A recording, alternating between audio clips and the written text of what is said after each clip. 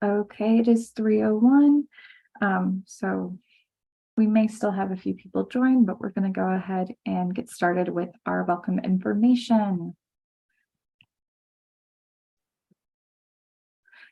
Welcome to Design to Sell. My name is Caitlin Tips, and I am a Public Services Librarian Senior with Plano Public Library, and I will be presenting today's program. I am assisted by Una, who will be monitoring the chat for any questions. Please say hi. Hello, welcome. Thank you. Before we begin, I need to let you know about some ground rules that we've set up for today's program. You will be muted during this class and we have your video blocked. You will only see the instructor's screen. At the top of your screen, you can find an exit full screen option if you need to get to other things on your computer or device. You are welcome to ask questions or request that the instructor repeat information at any time during today's program. You should see an icon at the bottom of your screen that says chat. Click on that to open the chat window. Chat is set to be seen by library staff only. If you prefer, you may also use the Q&A feature located at the bottom of your screen to ask questions.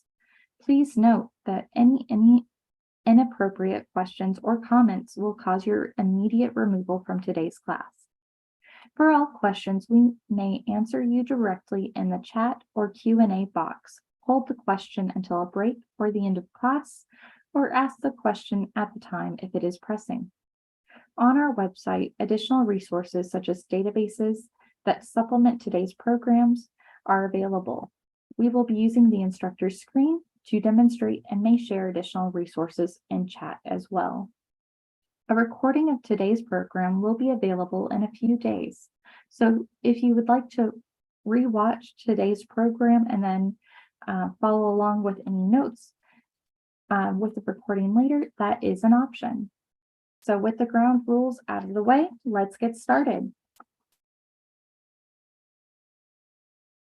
So we are starting with a class disclaimer. I do want to share and make it clear that I am not a business expert. I am a librarian. The purpose of today's program is to provide general information regarding to designing products to sell or make a profit off of, and how to use market and product research tools to support that goal. Finally, I have to share that this class will not guarantee at the end that you are an expert in designing a selling product. The goal is that you are more informed and have more tools in your arsenal to continue in your product development entrepreneurial journey. However, for business expertise, please connect with a Dallas SCORE mentor. They are available each week at Schimmelpfennig Library for a free consultation. So SCORE, Dallas SCORE, which stands for Service Corps or Retired Executives, provide free mentorship opportunities for those interested or already in the process of starting their own business. And you don't have to just go to our library website. You can also go to the Dallas SCORE website to register or reach out to a mentor. And again, that is completely free. So with that out of the way, what are we talking about today? So we are going to cover what you see here on the screen, some market research tools, product research, how to combine the two, and how that all ties together for sales timing. Okay, so jumping into market research. What is market research? It is the process of determining the viability of a new service or product through research conducted directly with potential customers. Accurate market research is essential for businesses of all sizes to better understand their marketplace, their customers, and even their competition.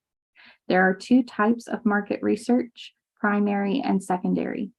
Primary market research includes two types of information, specific and exploratory. Specific research is precise information into issues or opportunities that have already been deemed important.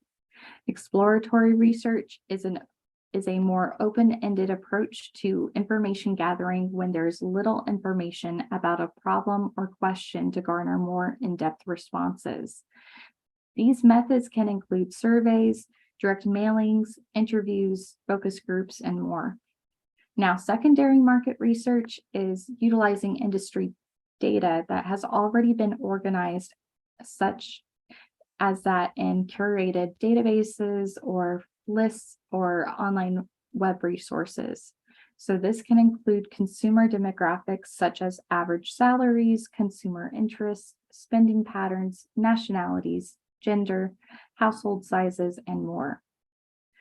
So this is important because in business, time equals money in many cases. If you are spending time designing a product that has no broader appeal beyond yourself, that can be detrimental to your business. You want to design a product that has broad appeal. So what are some tools to support that? First, we're going to talk about Google Trends. Google Trends is an analytical tool that highlights and tracks trending search queries across regions and languages. It is a free tool that tracks search term with comparison options, interest over time, compared breakdown by subregion, related queries, so related search terms, what are top terms in the search related to the term you are researching, as well as additional rising terms. So why is this useful for product development and market research? It can really help entrepreneurs locate popular industry topics.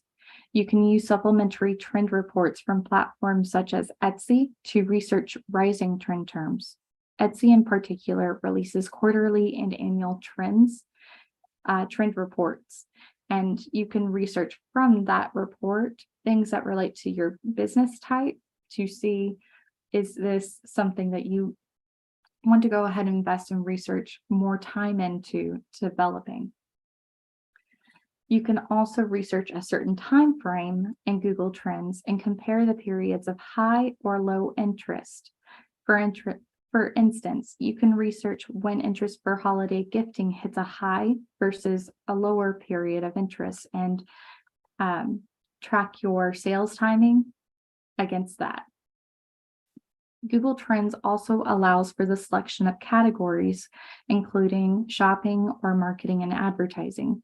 These are just more tools to have in your arsenal and to help you be prepared in determining your design for a product and whether or not it will sell well. So this chart here is just an example of one of the charts available on Google Trends tracking interest in a search term over time. You can see that it marks those periods of intermittent interest and periods of high interest versus lower, but I guess steady interest. Are there any questions about Google Trends? There is no question at this point. Thank you, thank you. All right, next we're going to talk about Reference Solutions. Reference Solutions is a database you can access for free with your library card, or usually your local library may have access to this if you do not have a Plano Public Library card. But what this database offers is it provides information to help you start a business, conduct market research, find marketing prospects, and more. It includes the following databases within this entirety of Reference Solutions. It includes U.S. businesses, U.S. new businesses, U.S. historical business, U.S. consumers, lifestyles, and automobiles, and U.S. new movers / homeowners. Now, how does this help with product development and market research? It helps entrepreneurs look at potential industry competitors. It helps you complete a competitive analysis by allowing for research into similar companies that have the same consumer bases yourself. You can do you can complete an advanced search with industry codes, NAIC codes. You can also include geographical location, and this will pull up both the verified and unverified records of business management, including names, company profit, payroll, and more within this database for you to look at. So if you're looking to invest or turn your business from online to a brick and mortar, you can look up similar entities and see how much square footage they have for their business and figure out where your location wouldn't overlap with theirs, so you're not in direct competition. Or you can also research your consumer interests by narrowing down consumer interest by demographic information, geographic, and even more lifestyle information. This matrix view here on the right includes a breakdown by home income and age for women between the ages of 25 all the way up to 59. So if you're developing products within a brand and you know what your targeted audience is, you can look up their potential spending value based on known information about home income or salary information or cost of their mortgage, things like that, that can really help you with pricing strategies. These are things that are, again, time-saving solutions and really will help you develop a product that takes all of that into consideration. Okay, so we've covered a bit about market research and different tools to support that. Now we are going to jump into product research. So what is product research? It is a process to determine if a design product has the potential for market success. There are a couple of methods to complete this, one of which is concept testing. It is a research method that involves asking customers questions about your concepts and ideas for a product or service before actually launching it. And there's also price testing. You can conduct a test to determine the ideal price for a good or service. Price testing can provide insight into what you should charge consumers and can show you how actual customers respond to different pricing. And product testing is literally what it sounds like. You hire a firm and individual to test the creative product to ensure it works as intended or how it compares to competitors. There are also focus groups, a demographically diverse group of people assembled to participate in a guided discussion about a particular product before it is launched, or to provide ongoing feedback on a political campaign, television series, etc. There are also product demos, which is a presentation of the value of your product or service to a current or prospective customer. For instance, if you've ever been to a Sam's Club or Costco, they sometimes have a time frame that includes samples of food to help consumers buy into a new product. Or even larger fairs, farmers markets that have craft stalls sometimes will provide an example product to observe prior to a consumer purchasing. Now, all of that to say, those are options you can pay into a product research team to complete for you with your product. It's also things that you can do for free with friends and family or even volunteers to give you feedback on a product developed. And again, why is this important to your product and learning how to design a product to sell? This is because it will give you your best chance at success. It can help build in that competitive edge for your product and your company. It'll also help you find gaps in the current market. So if there's something unique about the product that you are developing, that can help you in regards to feedback. It also helps you develop higher value goods. So a product is really what solution does a customer want and need? And you want to think again about your features, your design, the user experience you're creating, what name will attract a consumer, and how your branding and differentiation all plays a part in that. So that is product research. Now we're going to get more into that design process. And again, if you have any questions at any time, feel free to post those in the chat or Q&A, and we'll get to them. So product brainstorming. This is a process of ideation where the goal is to create a high volume of ideas to generate potential sales from the developed product. Now, Why is this secondary to starting with market research is probably what you're asking. How is this relevant when we're in a program that is all about designing something to sell, right? It should be as simple. We should be starting with brainstorming. Well, the long and short in this presentation is simply to help save time by narrowing down a focus for your product brainstorming.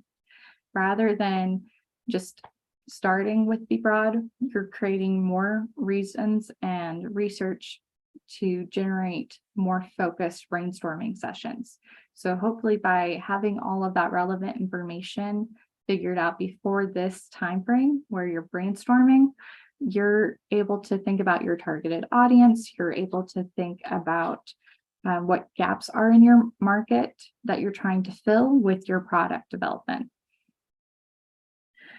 So by researching terminology and rising categories of interest and the marketability of this ahead of time, the brainstorming period can be within a frame of context that you have already determined consumer interest or a marketplace gap.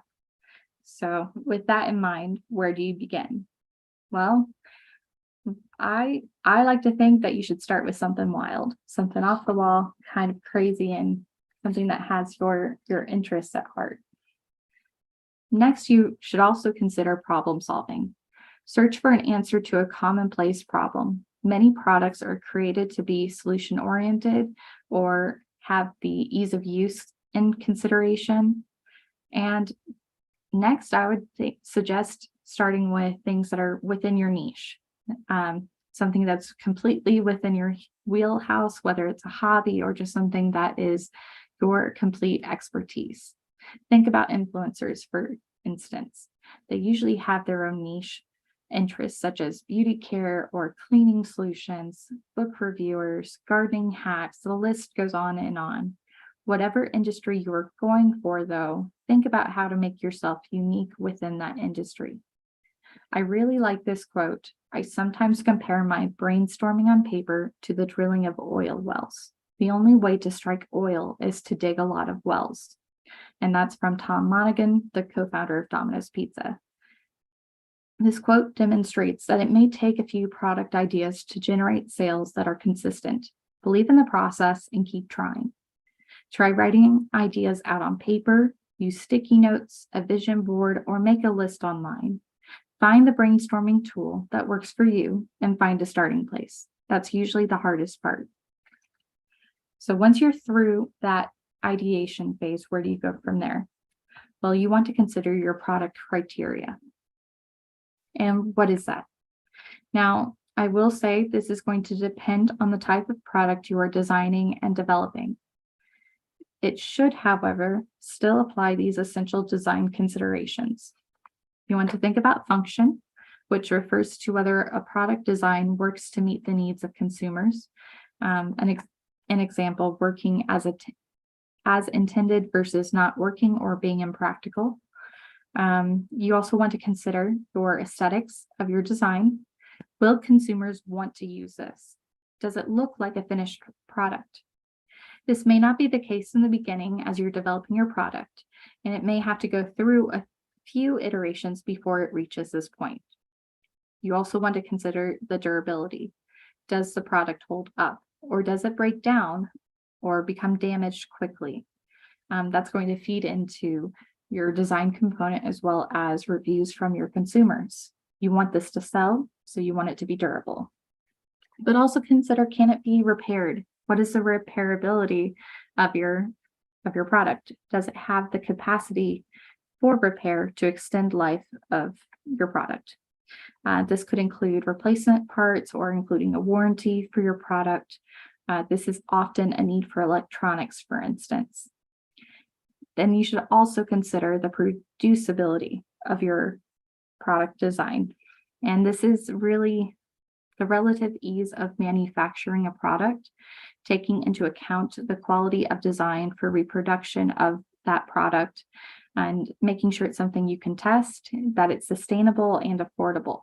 Because you may have a great design, you may find that you test it, there's consumer interest, but if the cost of it is too high to produce, or it takes too much time and that also drives up the cost, that could totally take a toll on how, well, for one, how much you can produce and how quickly you can produce it, and that will affect your sales. And lastly, I recommend looking at the reliability of your product.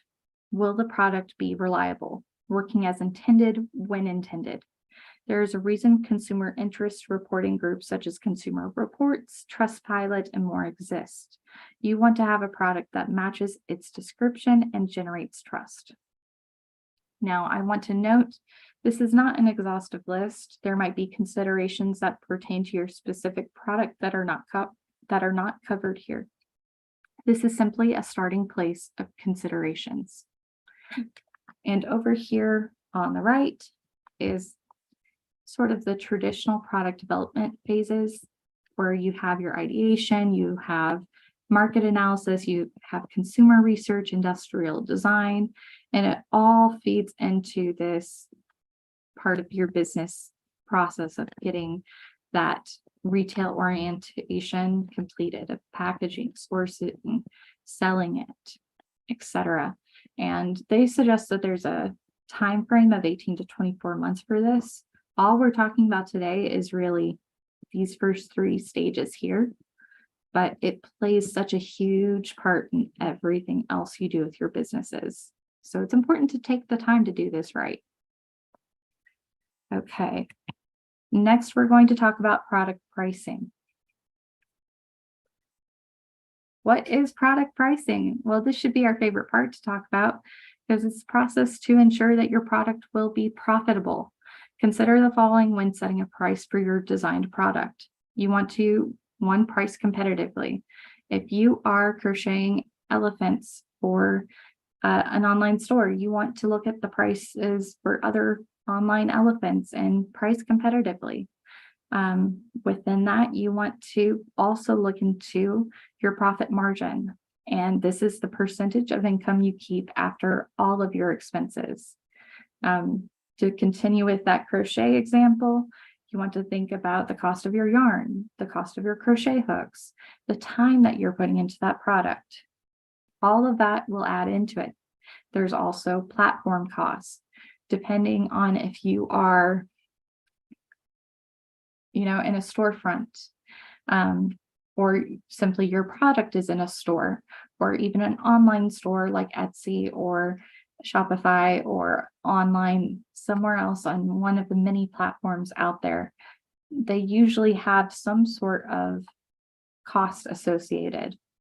And that could be like Etsy, where it's a 20-cent listing fee, or it could be a certain percentage that the store will charge to promote your product, or have it simply taking up space on their shelf.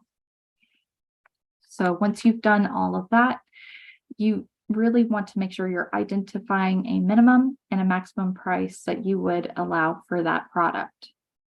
And over here on the right, I have a very general profit margin formula that is almost universally applied to as a starting place for figuring out what that would be. Feel free to screenshot this and come back to it. Again, this will be recorded and shared on our YouTube channel, but it's a good starting place if you're not sure how to find that number for your profit margin for a product. Okay, and just real quick, when you consider your minimum and your maximum price, your minimum is generally the lowest amount you can make off of your product to not go into the red. So it's not going to go so low that you're eating to below the cost it took to make the item.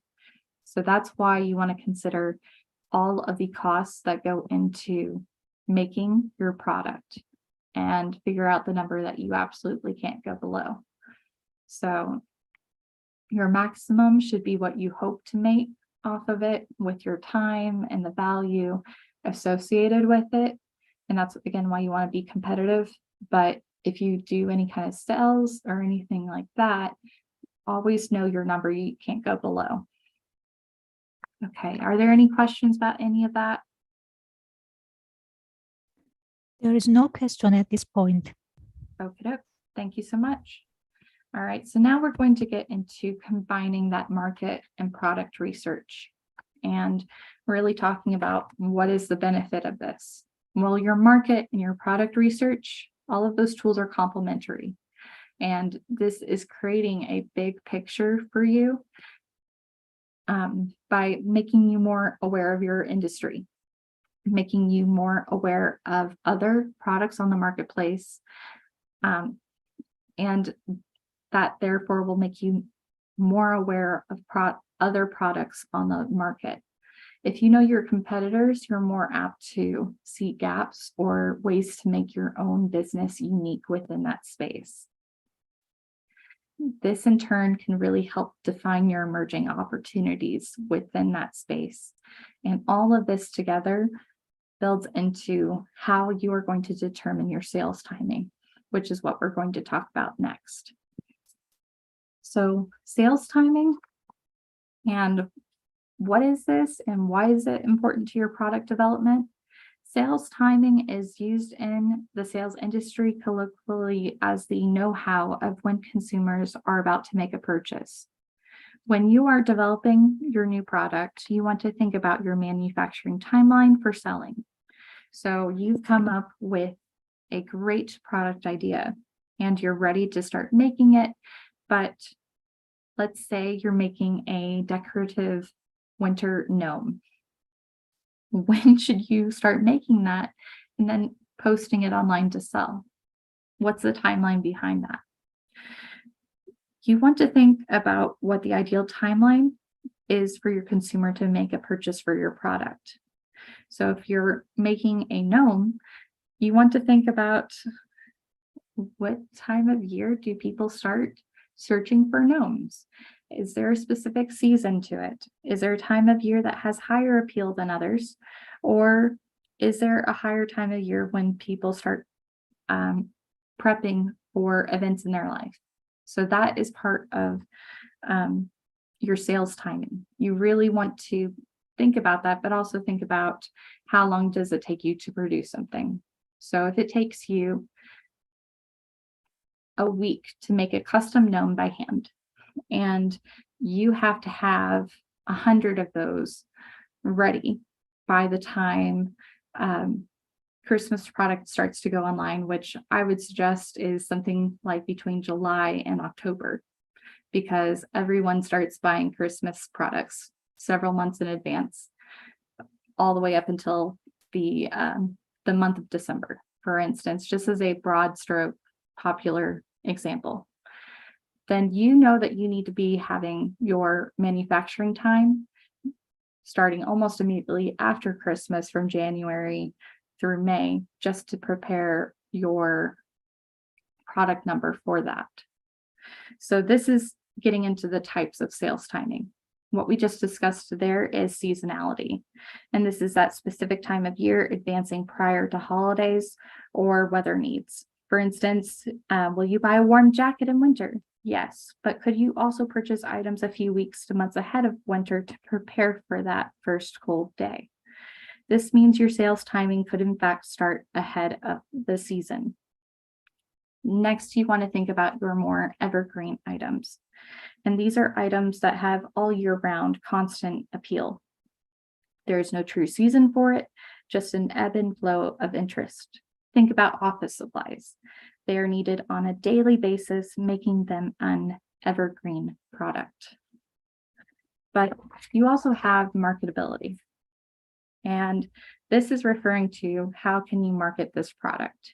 This refers to how well you can market a product for sale and get successful sales in return. If your product will market well to get a good return, this is something you want to consider as well within your sales timing. Why? If you have multiple types of products, you don't want them to compete against each other. So if you have a product that is more seasonal and you have a smattering of evergreen products, but then you have some products that you know just market well. When you do a lot of marketing or big pushes behind them, they sell really dramatically well. You don't want to have them in competition with each other. You want to think about when you're posting your product, when you're promoting your product, And when you're manufacturing all three of those different types, and these are just very simply put, not everything out there for sales timing. These are just common, simple examples for this presentation to explain today to get you thinking about this concept. But ultimately, at the end of that process, you should know that time to sell, which is why we have this image of the clock here on the right. You should know what should work best for your product by the end. Are there any questions about that, or any questions, or just things people want to help think through? There is no question at this point. Okay. Well, that does bring us to the end of our program today. So if you want to learn anything more about what was mentioned, we are having an entire class on reference solutions at 6:30 p.m. on July 18th at Schimmelpfennig Library. So if you want to learn more about market research within reference solutions, please feel free to join us there. We are also having our monthly meetup for TWO's Team Up for Entrepreneurship Success this month on July 25th at Haggard Library at 6:30 p.m. And I believe this month's topic is brand development. We also are continuing our Canva workshop series, and this is a virtual program at 3 p.m. on July 14th, the 21st, and 28th, discussing different ways to create content in Canva. And finally, listed here for the month of July, we have Photoshop Product Photography, which is another virtual program at 3 p.m. on July 27th.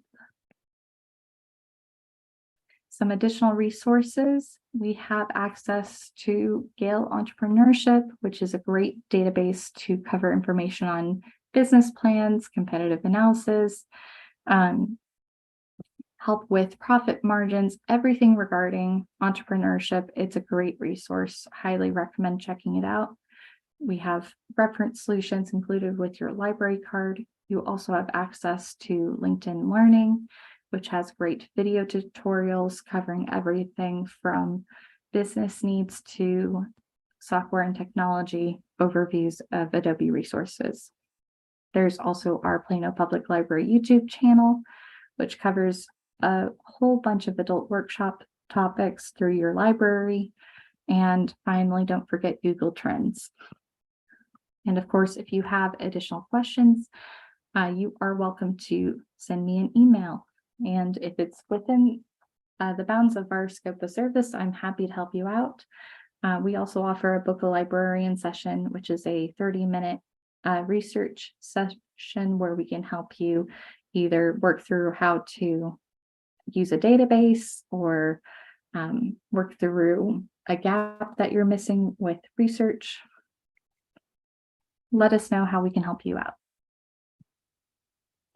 And I hope everyone today feels just more informed about that product design process.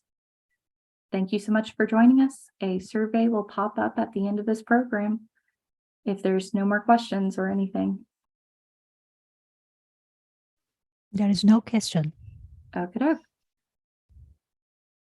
All right. I'll wait just a little longer in case anyone has anything that comes to mind. Okay. Well, I hope everyone has a great rest of their day. Thank you again for joining us for Design to Sell. And again, I hope this does help you understand more about how to think through your product development process and the information you need to help you in developing that and making it happen. All right. There are no comments or anything else. I'm going to go ahead and end today's program. Thank you so much.